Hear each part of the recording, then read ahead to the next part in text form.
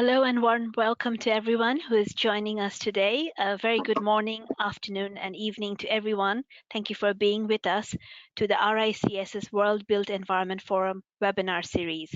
My name is Farah Naz. I will be your host for today. I chair the CIPSE UAE chapter in the Middle East region, and I head the innovation and ESG for ACOM Middle East and Africa, and I'm also the author of Net Zero City book. Today, over the next hour, we're going to talk about something very interesting.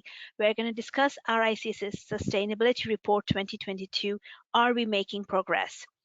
We are in a very crucial time in the moment where 45 days away from COP27, which will be held in Egypt. So today we're going to discuss about how we are doing as an industry based on the recently launched report, which we'll be launching today for the Sustainability Report of 2022. So with me, I have international subject matter experts across the globe who are joining. I would really like to invite them. First, Katerina Brady, Director of Strategy and Development, World Green Building Council. Katerina, if you would turn your camera on, please. Thank you so much for having me, Farah. Delighted to be here. Thank you for being with us. Olivier Elimine, CEO Alestria. Hi, thank you for having me today. Very happy to be here. Thank you. Richard Wilkinson, Deputy CEO CTP Invest. Richard, you might be on mute. I'm sorry, I'm told to be on mute and I'm very unprofessional. Hello, everyone. Nice to see you, or not see you, but nice to be able to present to you. Looking forward to the conversation. Thank you. Thank you, Richard. And Kisa Zahra, Sustainability Analyst, RICS.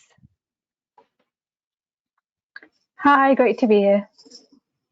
Thank you, everyone. So I would also like to say a warm welcome to all the registrants. We have 145 registrants from 30 countries across the globe. Really looking forward to this session today.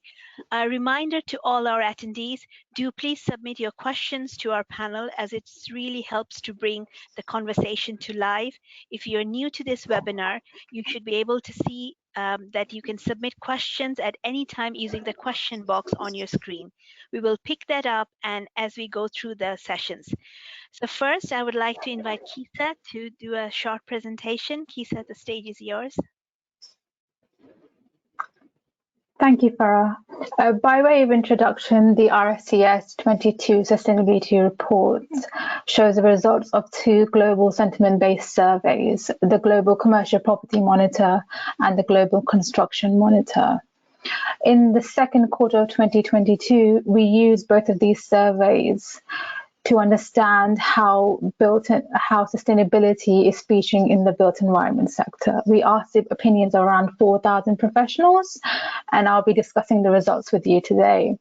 If we move on to the next slide, this shows the RICS Green Building Index, which suggests that occupier and investor demand for green buildings has continued to rise globally. The Green Building Index is mainly calculated on a net balance basis. We calculate it through taking the proportion of respondents that are saying that that occupier and investor demand for green buildings has risen, minus those saying that it has in fact fallen. So on a net balance basis, on balance,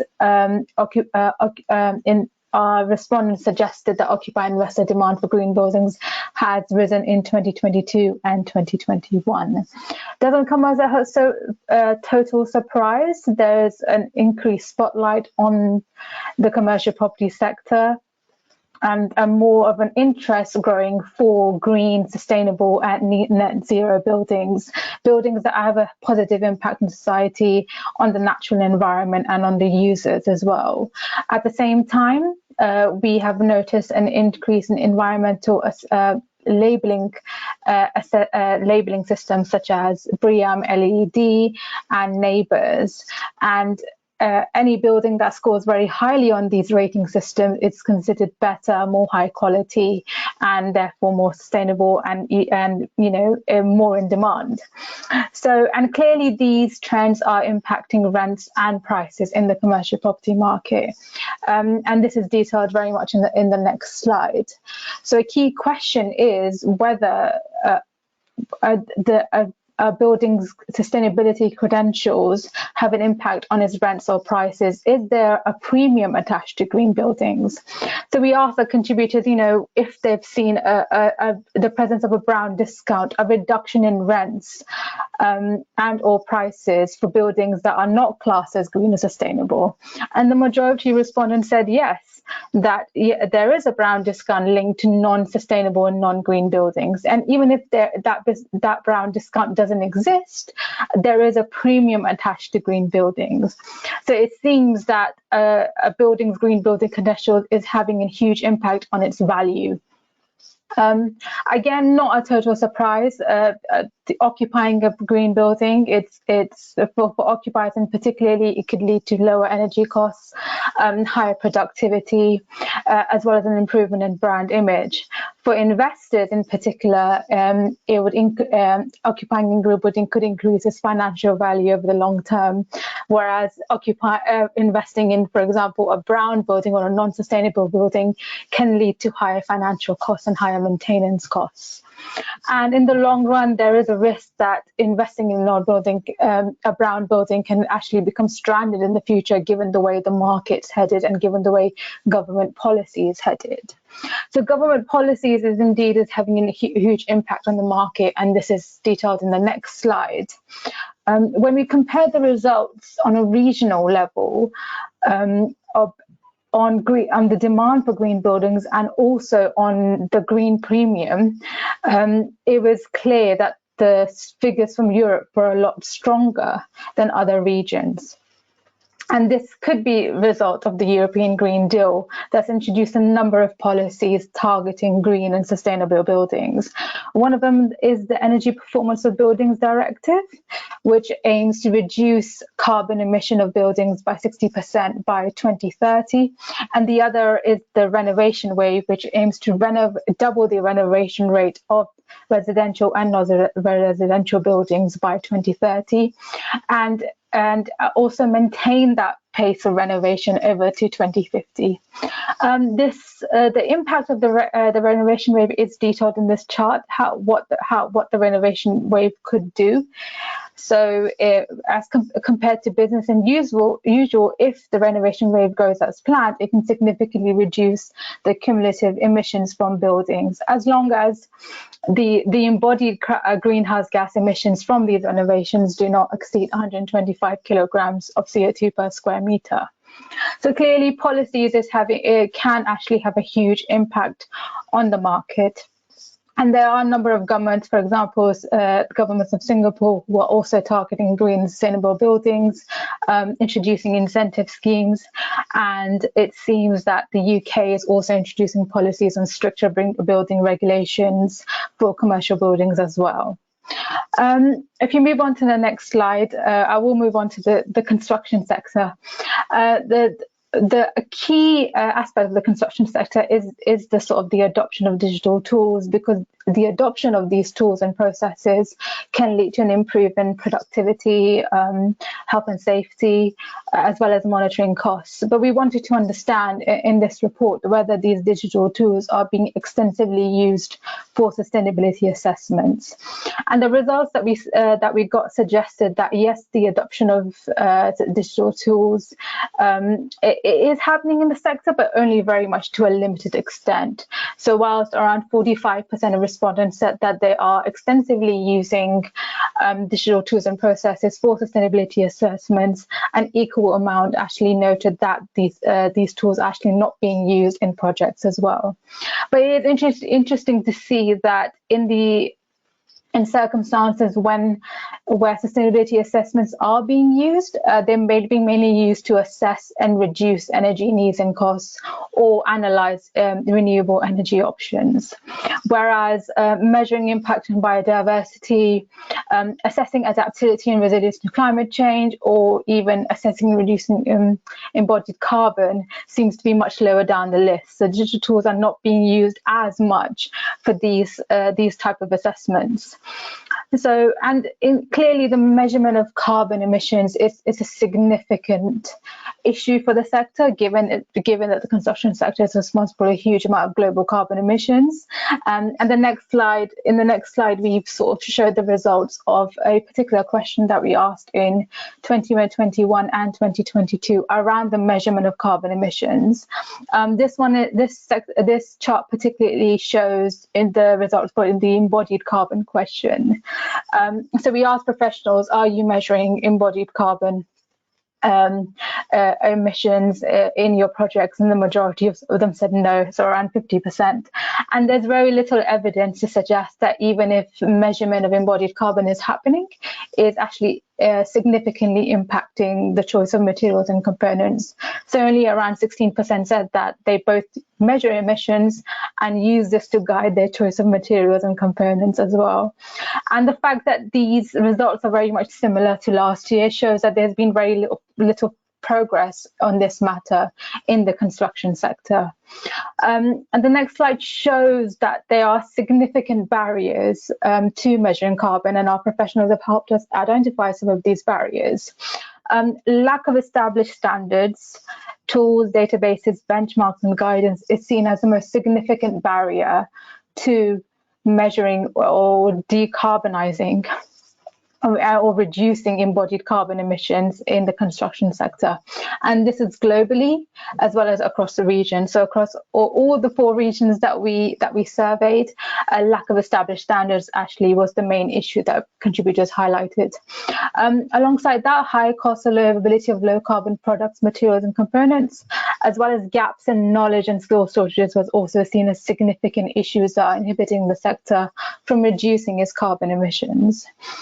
So clearly what the industry needs is a decarbonisation toolkit, a suite of standards, of guidance, tools that can help sort of create a shift in the sector, can sort of create that shift towards, delivering solutions and nudge the sector into behaving in such a way that measurement and reporting of carbon actually becomes the norm.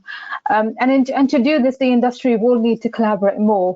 So the industry will have to collaborate more to establish industry standards and to develop tools. And the sharing of data information is critical in this area as well.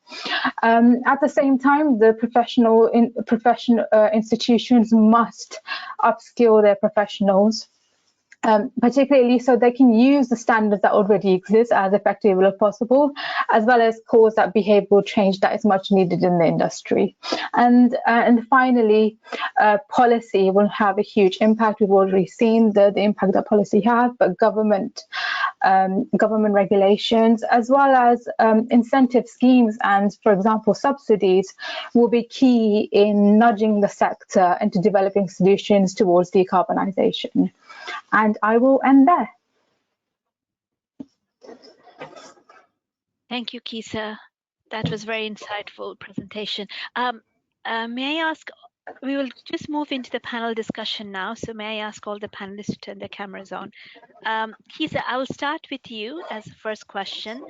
So there are many countries globally are facing inflation. And for construction and real estate, we're seeing rising interest rates, cost of logistics and materials, putting pressures on businesses and industry at large. So my question is, do you think this macro environment has impacted the way the commercial real estate and the construction sectors view sustainability? It's very interesting. So in the global commercial property monitors and in the global construction monitors, these surveys are designed to capture activity generally in those sectors. So in Q2 of 2022, contributors noted a fall in momentum, a fall in activity in both the commercial property sector and in the construction sector. And there was also an increase in the proportion of respondents saying that the market is now in a downturn phase. mainly on the back of the issues that you've mentioned, the rise in inflation and the rising interest rates. But what is really interesting is that at the same time, the same professionals who answered this survey also reported an increase in demand for green buildings, as well as a rent and price premium linked to those green buildings. So this might give me an indication that perhaps sustainability issues are considered just to be important because they're not going to go away. Clearly, climate issues have a huge impact on society. They can impact people's quality of lives, people's livelihoods. And the recent flooding in Pakistan is a great example where how much climate disasters can impact people and communities and have a huge impact on buildings and people's homes. So clearly the spotlight on the sector to decarbonize and to reduce its emissions will stay because these issues aren't going to go away. So the sector will be under a microscope and will be expected to develop solutions, to behave in a certain way where it's on a path towards decarbonization. I understand that this is particularly difficult with the cost of materials rising and inflation. So perhaps what might be more needed is an increase in government subsidies and incentive schemes. So the sector would need those increases in those subsidies and incentive schemes to be able to sort of nudge and improve and develop those solutions. Thank you for sharing that. I have one more question for you. Could we see a regression in carbon emission reductions and the sustainability credentials of buildings as an impact of this situation? What are your thoughts on that? I don't believe that that's going to happen, mainly because the issue is not going to go away, given that we have a climate emergency already, and the urgency is increasing year by year. I mean, we're running out of time to get to net zero by 2050, so the pressure is still very much upon us. And I think government policy will be targeting the real estate sector in particular because it has such a huge impact on global carbon emissions, and because and an improvement in green buildings is seen as something that higher quality buildings, something that people actually can improve people's livelihoods and provide people a better quality of life. So no, I don't think that that's going to happen. Thank you for sharing that. Olivia, I have a question for you. While the report indicates the growing demand from occupiers and investors for green and sustainable real estate, is change in the industry happening fast enough?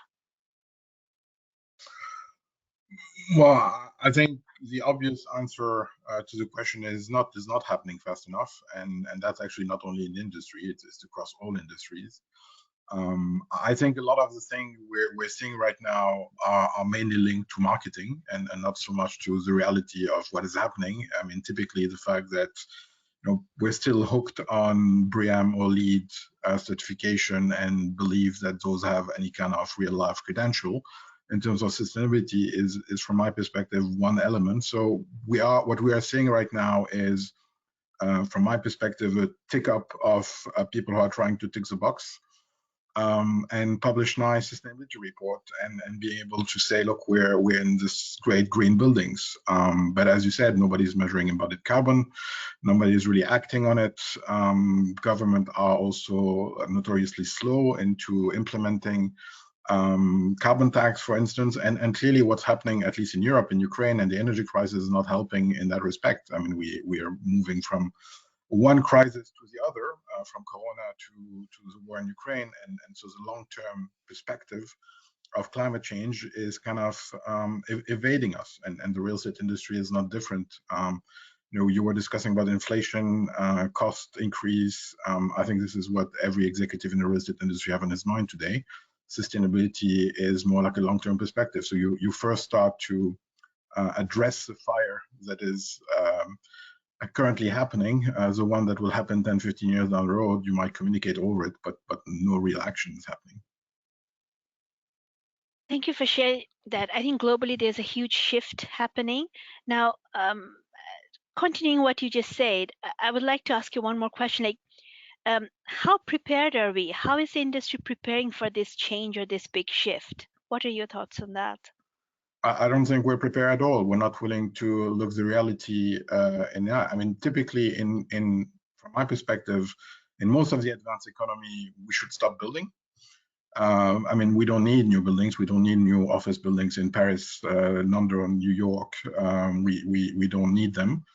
We should focus our carbon budget on, I mean, the social needs in those countries, and there might be other jurisdictions or other geography where there is substantial population growth, which would require more building. But as long as we don't focus our energy both on the economic side and on the industrial side on renovating the stocks that we have, as long as we don't follow the IPCC guidance in real estate, which is, we should be using sufficiencies and not continue building new stuff.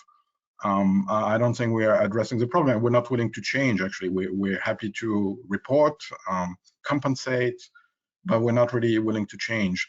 And I think that's kind of apparent in the questionnaire, which RICS have been putting together.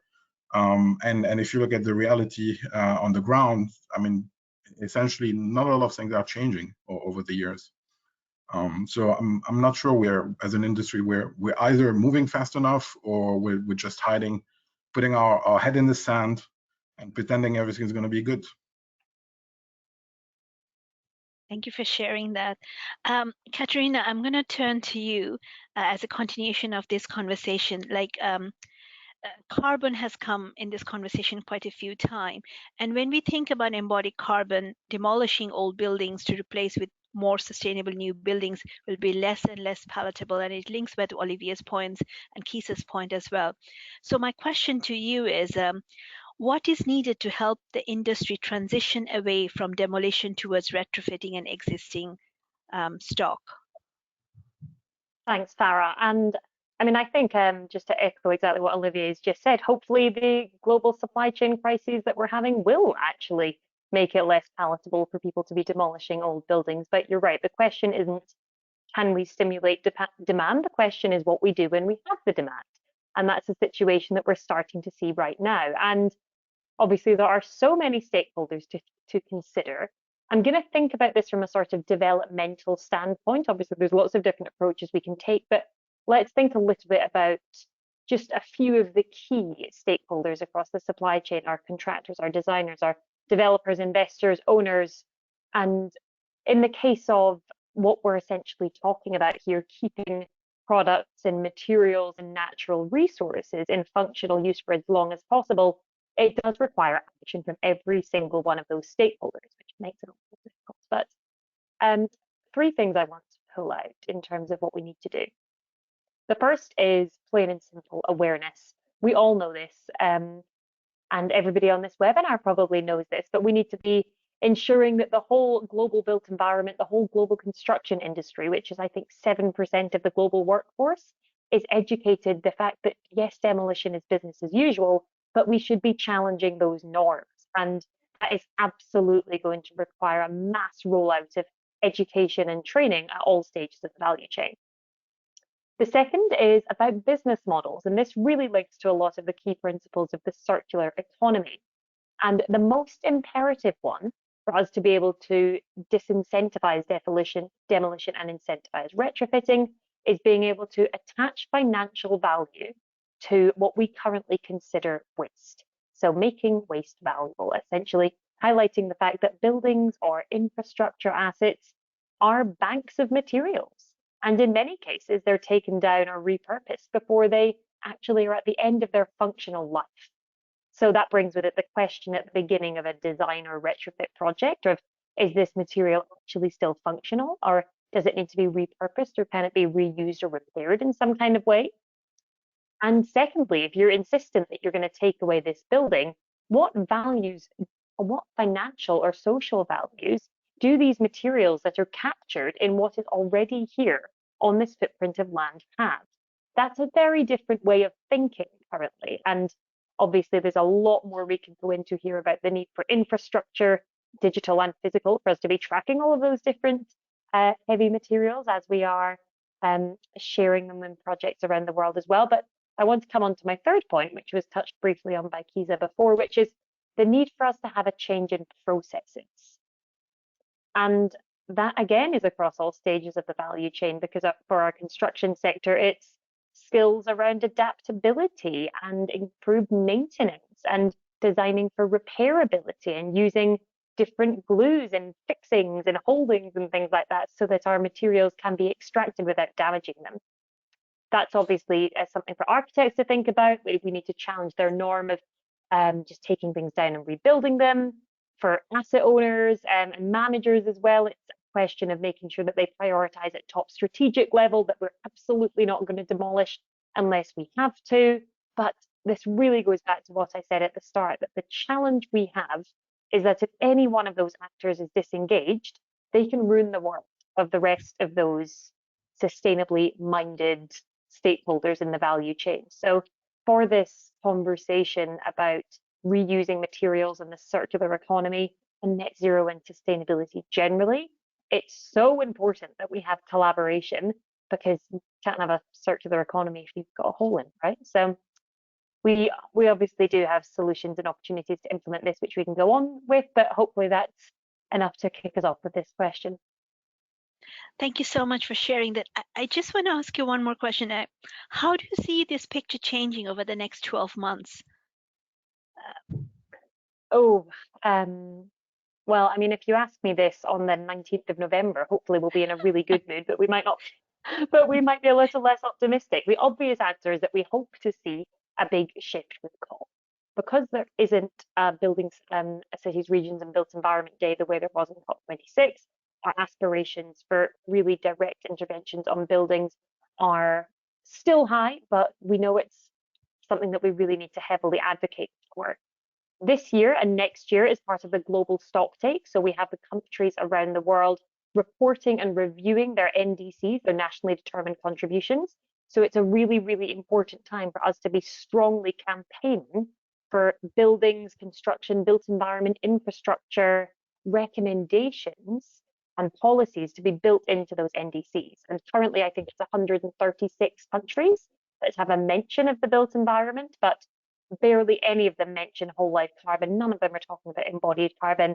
So there's a lot that can be done to strengthen, and other countries to add more in there about the built environment already. So I think a lot of this comes down to what we see at COP. We want to see improved action from the NDCs this year and next year in Dubai. And if we don't, then I think we're going to have to be looking even more seriously at our private sector leaders to be taking the lead if we can't just wait for regulation. Thank you so much for sharing this. Just like, I'm really would like to ask you one question. Like, who do you think are the actors or stakeholders to lead this change? Because there's so many stakeholders involved in this, right?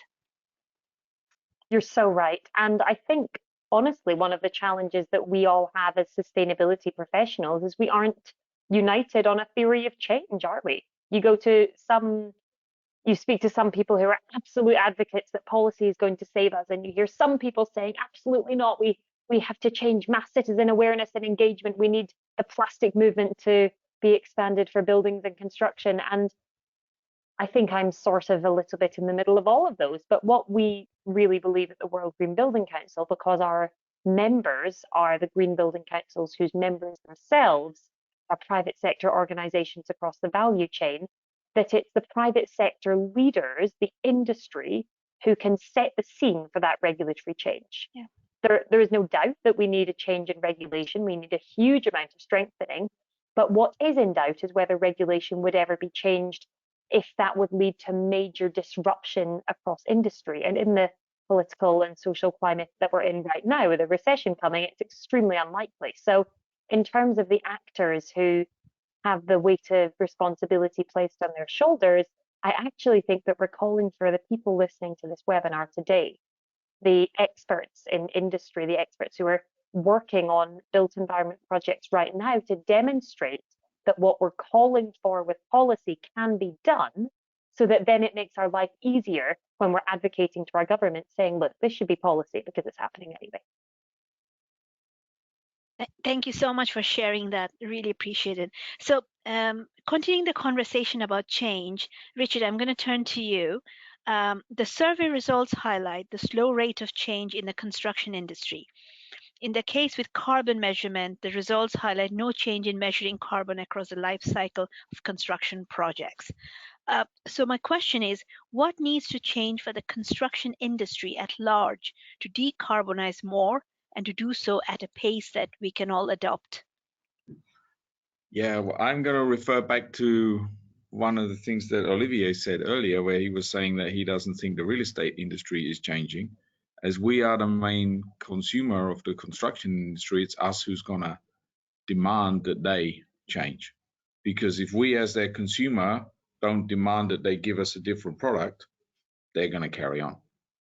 Because why would they change? They have no incentive.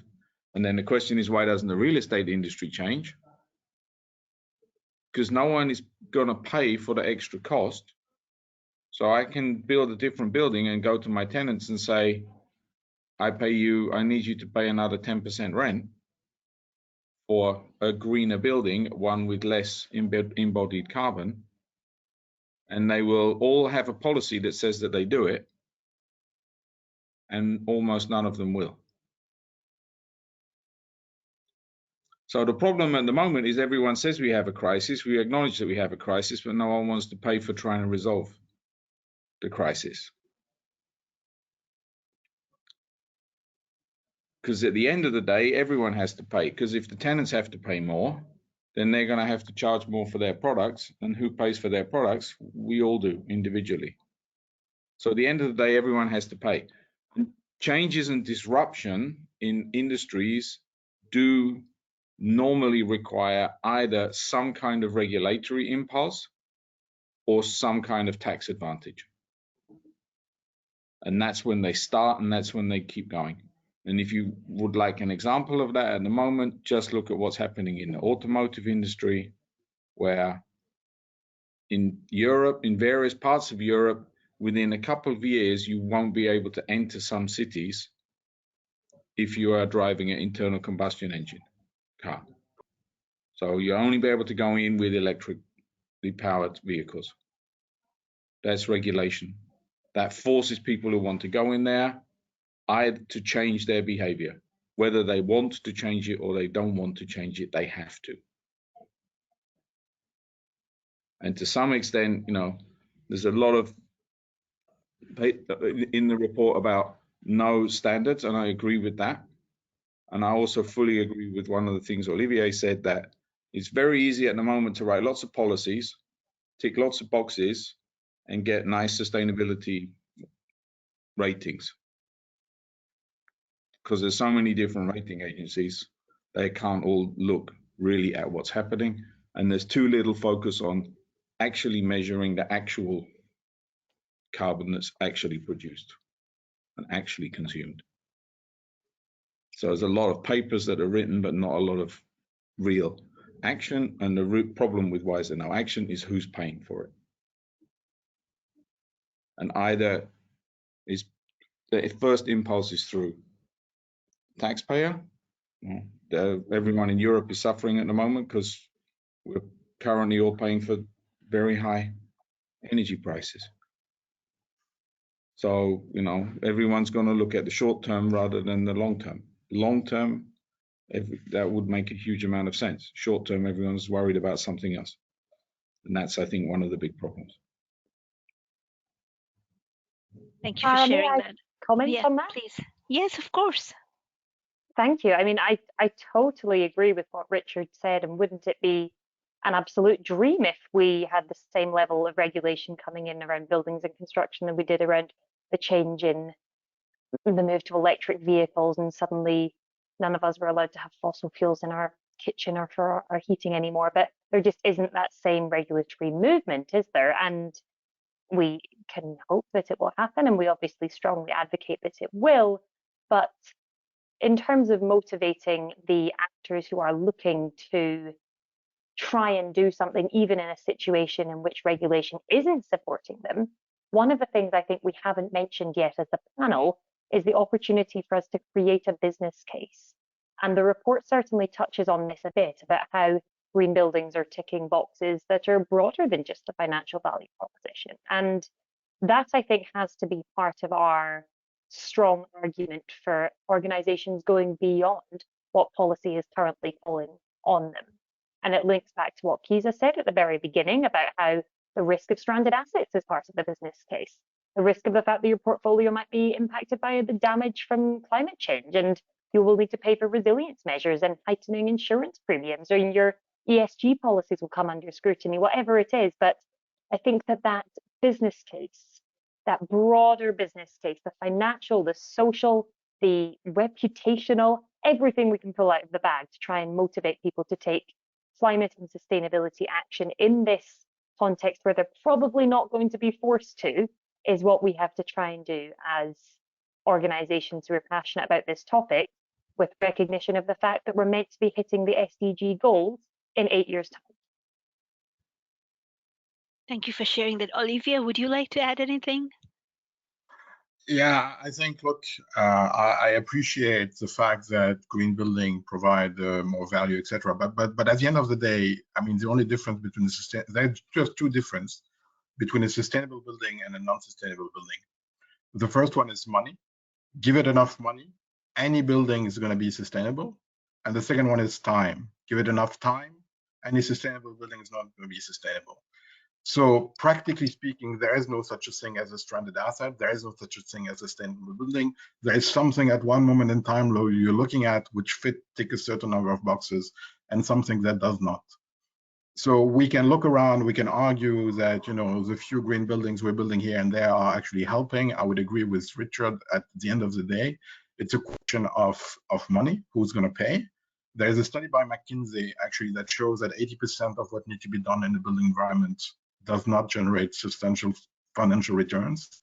80% of what needs to be done in the built environment does not generate the financial returns that is needed. So we can argue about all that, but unless the government put in place the right incentives, i.e. they generate the return that are needed by making it impossible not to do it otherwise, I think it's a bit wishful thinking to believe that the industry by itself is just gonna decide to spend more money than it actually should or is required to by legislation simply because there is reputational damages or anything around that. It didn't happen in the automotive industry, it didn't happen in any other industry, and it's very, very unlikely to happen into the real estate industry. And unless we wake up to the reality and we start hiding behind our green building credentials and our marketing claims, I don't think we're going to be moving very, very far.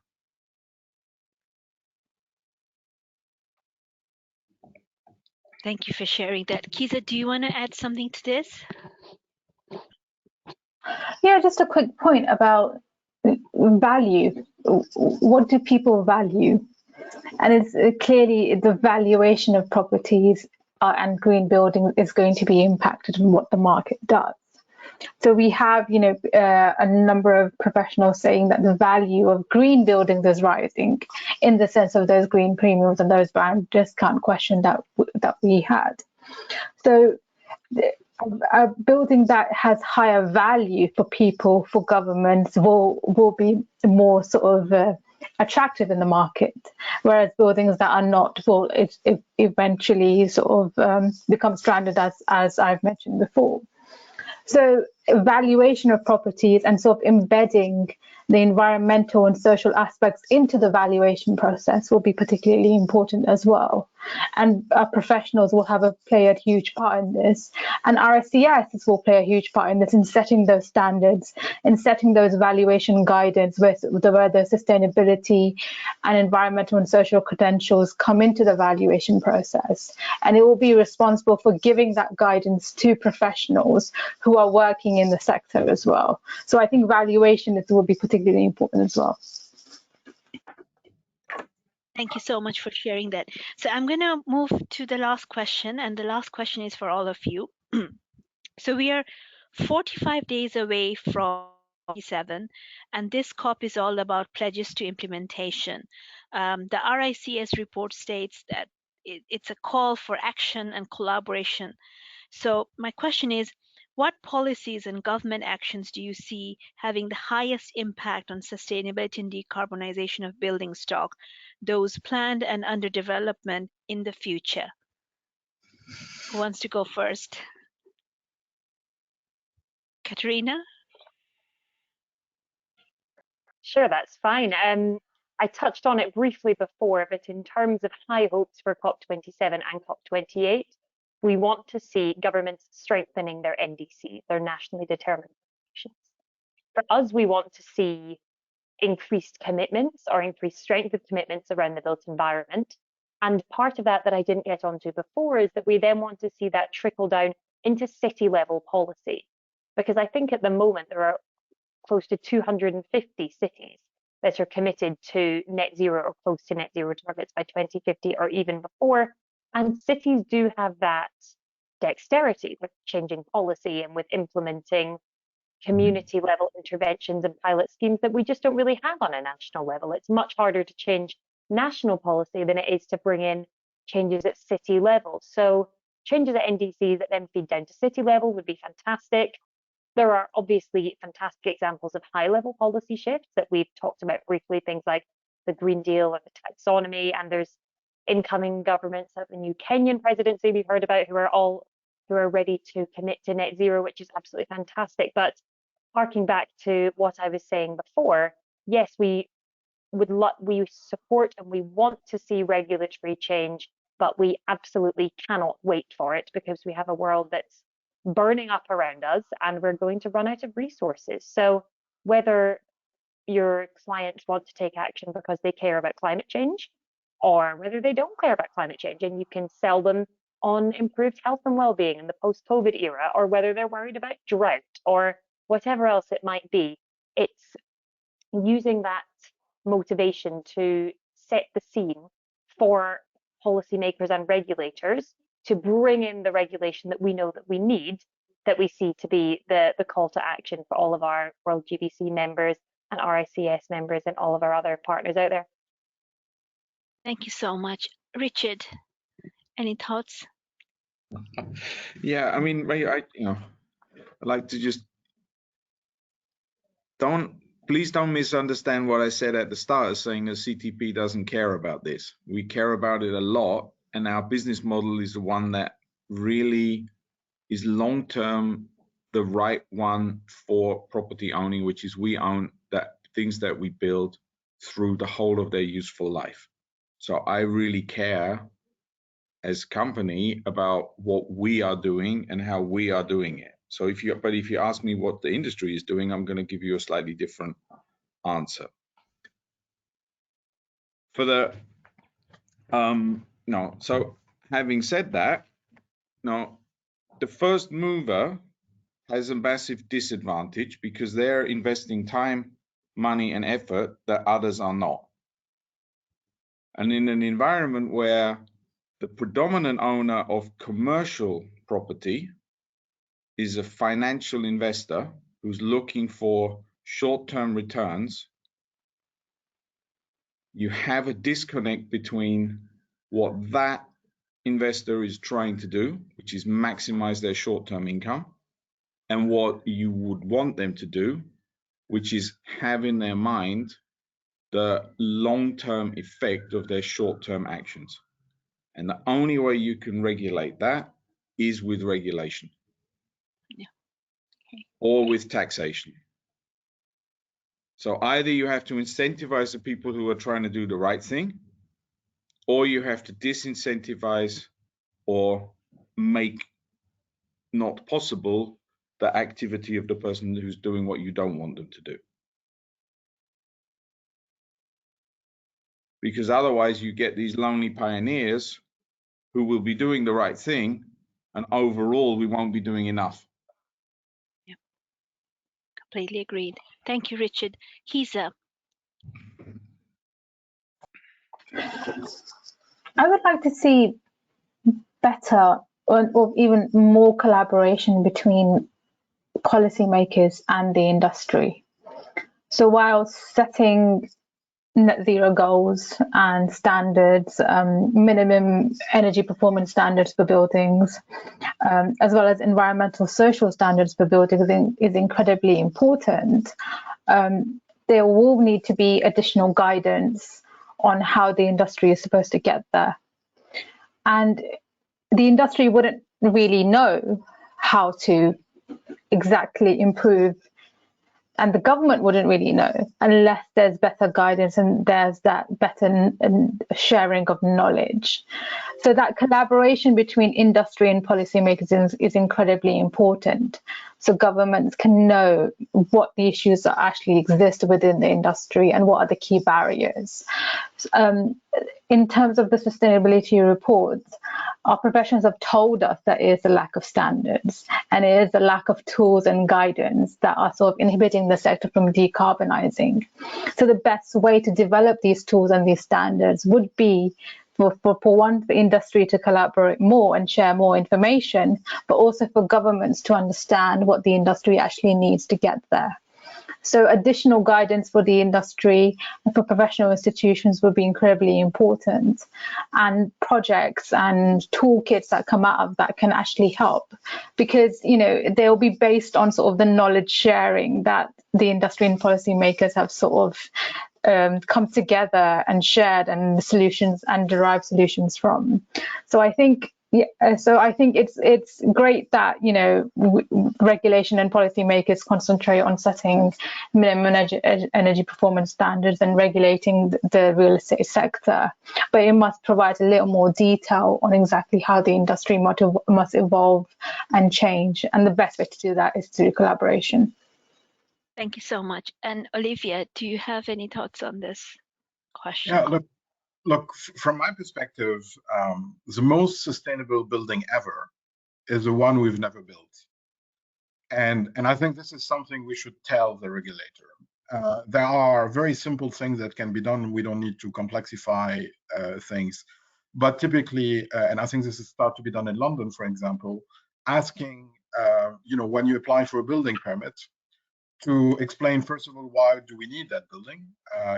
Why can't we do without it? And then make sure that there is life cycle analysis, which compare, for instance, the demolition with the reconstruction, and take that into consideration in the planning process. There are very simple ways, not complex ways, which actually do not require neither technology nor money, for that matter, that could be put in place. The reality is, currently, government are a bit like the industry. A lot of the government or local government their budget are funded by the construction industry because of the taxes we pay when we build buildings. So they have little interest or little willingness to actually slow down those processes. So if as an industry we could point out to the government where they could actually regulate without having to put in place very complex structures, I think that would help. And we are into an industry which is heavily regulated on a planning purpose. You cannot open a window, at least in Germany, without asking for a building permit. But you can still build an entire building which nobody needs, and nobody's going to ask any questions. So I think the planning process itself is where it all starts. In urban planning and planning and deciding what to build and what not to build, which is very much in the hands of policymakers. And from my perspective, this is where I would focus my time and attention and energy if I want to advise them where they should regulate better and put in place policies that would help tackle the problem. Thank you, everyone, for sharing. I think we all agree that we need cross collaboration and more regulatory maps for going forward. We have a question from the audience, and the question is related to hydrogen. So the question, I'm summarizing the question. So essentially, there's a question about what does the panel think of the transition from fossil fuels to hydrogen and the other types of fuels? Does anybody would like to respond to this? I might get a go on this one. Hydrogen is not an energy store. It's basically you need to produce hydrogen, and then it's produced either with fossil fuel or with clean electricity. So hydrogen is more like a battery. It's a place where you store energy for a certain moment in time. It's probably very helpful, for instance, if you want to use it for steel construction, for steel. Most of the industrial process that produce steel, you can replace a coal with hydrogen and produce then clean steel, which would be then helpful for the construction industry. But using hydrogen for heating buildings or anything along those lines would be pretty inefficient from an energy perspective, and there's hundreds of studies around that. There's a second part of the question. The gentleman asked that whether the panel sees that the hydrogen will be rolled out as a mandatory regulation.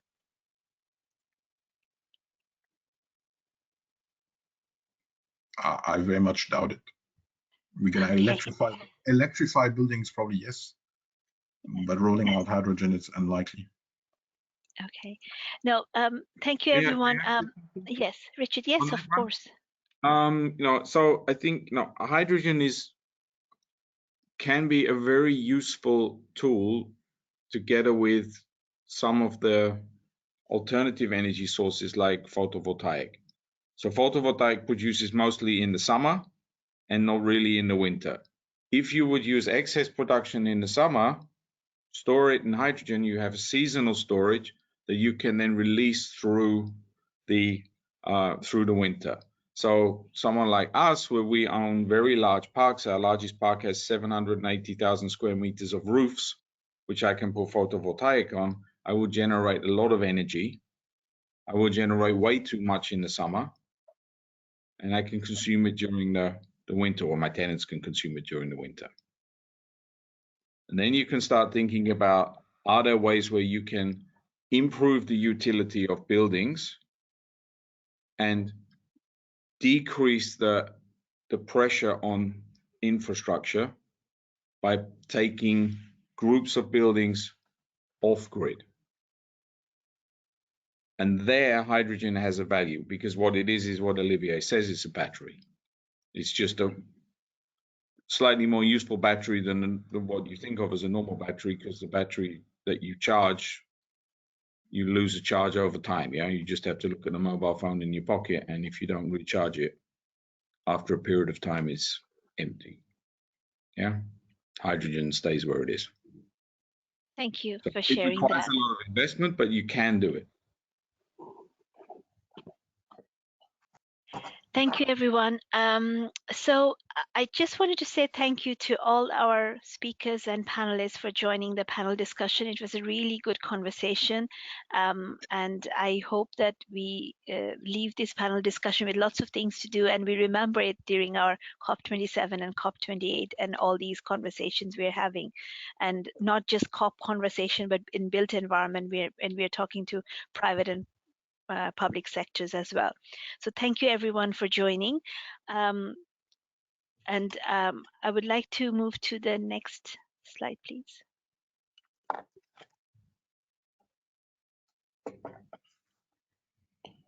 So a reminder that we will publish a recording and written summary of this webinar, as well as the presentation online.